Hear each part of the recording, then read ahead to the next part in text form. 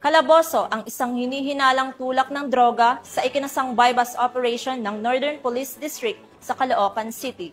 Tinatayang 400,000 pisong halaga ng hinihinalang shabu nasamsam mula sa sospek na ngayon ay nakaharap sa kasong paglabag sa RA 9165.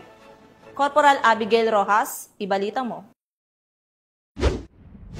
Kalaboso ang dalawang hinihinalang tulak ng iligal na droga ng mga operatiba ng Northern Police District District Drug Enforcement Unit o NPD-DDEU sa isang buy-bust operation sa Barangay 28, Caloocan City, dakong alas 4 pasado ng madaling araw.